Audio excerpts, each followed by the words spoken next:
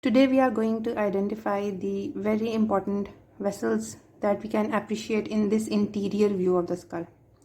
So starting from the posterior side and moving on to the anterior side, first of all we will appreciate the two vertebral arteries. These vertebral arteries, they meet together at the base of the pons and they form the basilar artery. This is the basilar artery.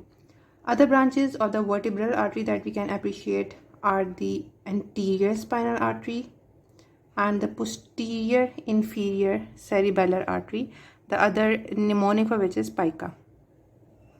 After the formation of the basilar artery, the branches of the basilar artery that we can see here are number one, anterior inferior cerebellar arteries on both sides, labyrinthine arteries, these small pontine branches, superior cerebellar artery, and lastly we can see the terminal branches of the posterior cerebral arteries.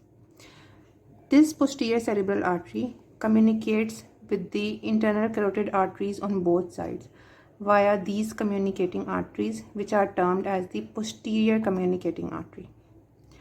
Internal carotid artery here give rise to two branches. One is the anterior cerebral artery, which is in relationship with the medial aspect of the cerebral hemisphere, and the other is the middle cerebral artery, which is important for the supply of the lateral surface of the cerebral hemisphere.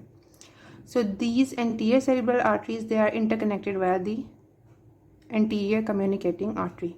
So in this way, the circle of Willis is formed, which is seen in the interpeduncular fossa, with the help of anterior cerebral arteries, anterior communicating artery, internal carotid arteries on both sides, posterior communicating artery, and the posterior cerebral artery.